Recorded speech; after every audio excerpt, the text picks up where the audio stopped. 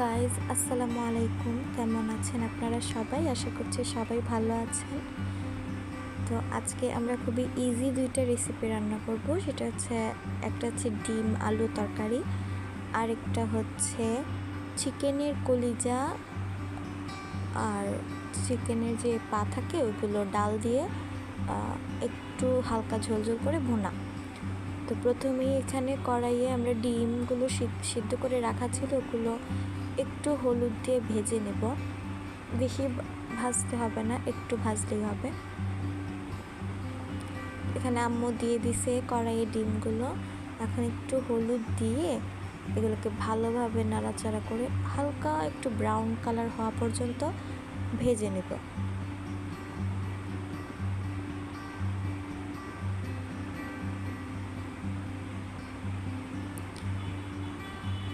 কে কোথা থেকে আমাদের ভিডিও দেখছেন অবশ্যই কমেন্ট করে জানাবেন। আর আমাদের তো নিউ চ্যানেল, অবশ্যই সাপোর্ট করবেন, সাবস্ক্রাইব করবেন আমাদের চ্যানেলটা।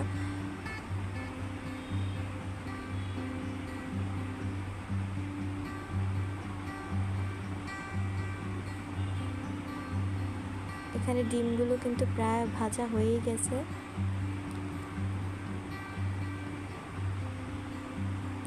এগুলোকে একটা একটা করে তুলে ফেলবো।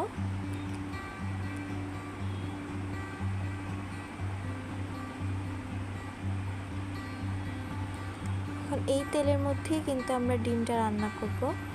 তাই এখানে 1.5 চামচ পরিমাণ পেঁয়াজ বাটা দেওয়া হলো, দিয়ে ভালোভাবে নাড়াচাড়া করে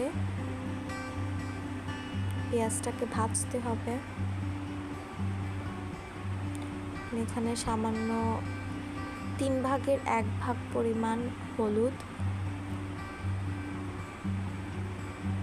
এখানে পিসা মরিচ মানে বাটা মরিচ ব্যবহার করা হচ্ছে আধা চামচের মতো, আর এখানে বাটা জিরা দেয়া হলো সেম আধা চামচের মতো, দিয়ে ভালোভাবে নাড়তে হবে।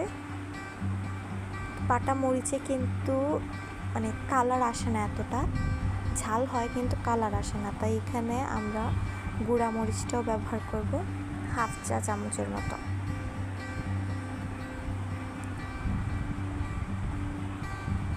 তারপর ধনিয়া গুঁড়া,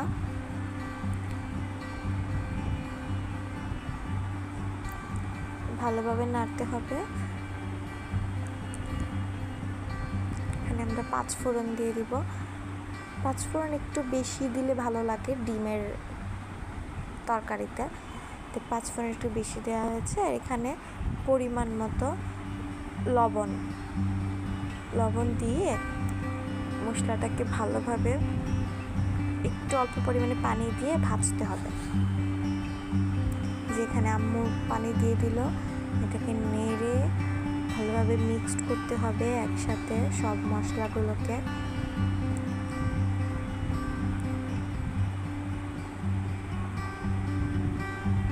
এখানে আগে থেকে সিদ্ধ করে রাখা আলু সিদ্ধ করে এখানে একটু ভাঙা ভাঙা করা হয়েছে, এগুলো দিয়ে নেড়ে এখন এখানে ডিমও দিয়ে দিব আমরা। ডিম আর আলু একসাথেই ভুনতে হবে। এই যে ডিমও দেওয়া হলো, এখন ভালোভাবে এগুলোকে মেশাতে হবে।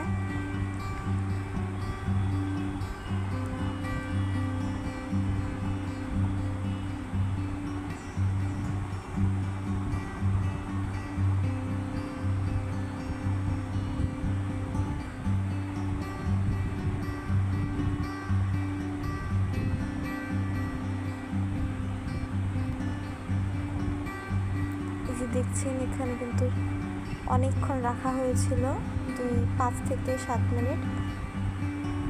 এই যে প্রায় হয়েই গেছে এটা। এখন এটাকে আমরা কড়াই থেকে নামিয়ে ফেলবো একটা বাটিতে। এই যে আমাদের ডিম আলুর তরকারিটা কিন্তু রেডি।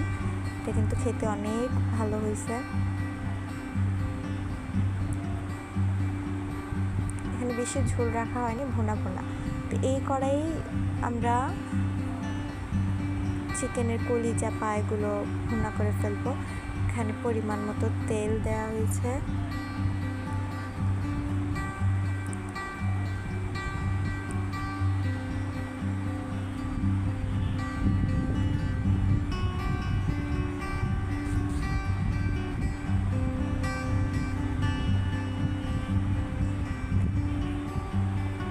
রসুন বাটা 1.5 চা চামচের মতো দেওয়া হয়েছে এখানে। পেঁয়াজ,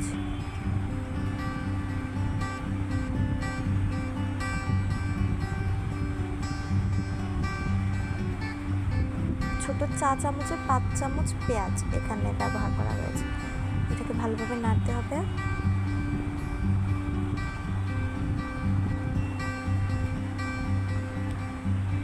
পরিমাণ মতো হলুদ, সেমই 3 ভাগের 1 ভাগ হলুদ। হলুদ কিন্তু বেশি দিলে খেতে ভালো লাগে না।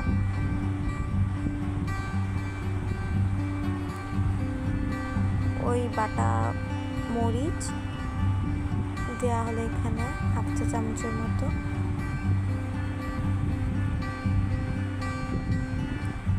বাটা জিরাও দেওয়া হলো এখানে 1 চা চামচের মতো। এটাকে নাড়তে হবে। বাটা মশলা দিয়ে কিন্তু রান্না করলে খাবারের টেস্টটা আরও বেড়ে যায়। এখানে আম্মু ধনিয়া গুঁড়া দিল 1 চা চামচের মতো।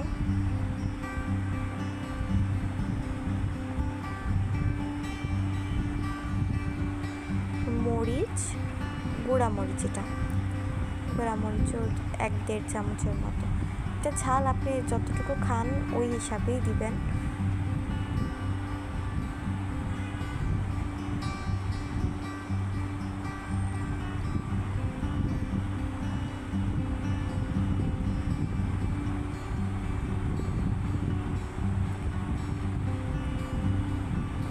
এখানে 5 ফোড়ন দেওয়া হলো 1 চা চামচের মতো। আর স্বাদ মতো লবণ। এখন এগুলোকে ভালোভাবে ভাজতে হবে, ভুনতে হবে মশলাকে। একটু পানি দিয়ে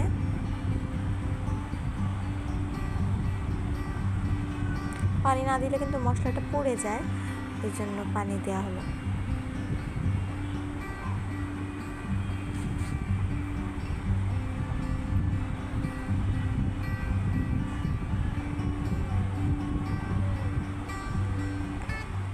এই যে ধুয়ে রাখা চিকেনের কলিজা, তারপর ঘিলা, পা, এগুলো দেওয়া হলো। দিয়ে নাড়াচাড়া করে এই যে 5-7 মিনিট পর ঢাকনা তুলে দেখলাম এটা কিন্তু অনেকটা খসানো হয়ে গেছে। এখন এখানে আমরা ডাল দিয়ে দিব ভিজিয়ে রাখা।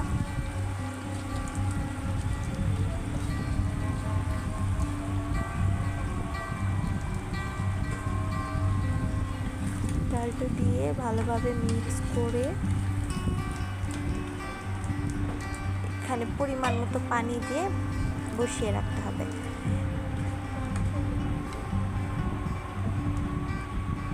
একদম পরিমাণ মতো পানি দিবেন যেন আবার না দেওয়া লাগে, কারণ এরপরে আর পানি ইউজ করা যাবে না। এই যে এই পানিতেই হয়ে যাবে। এখন এটাকে আমরা ঢাকনা দিয়ে ঢেকে রেখে দিব। এই যে হয়ে গেল আমাদের কলিজা চিকেনের পা ভুনা ডাল দিয়ে। বাসায় একবার ট্রাই করে দেখবেন, এটা কিন্তু অনেক মজা হয় খেতে। আর এই যে ডিম আলুর তরকারি। ভিডিও ভালো লাগলে অবশ্যই লাইক কমেন্ট করবেন।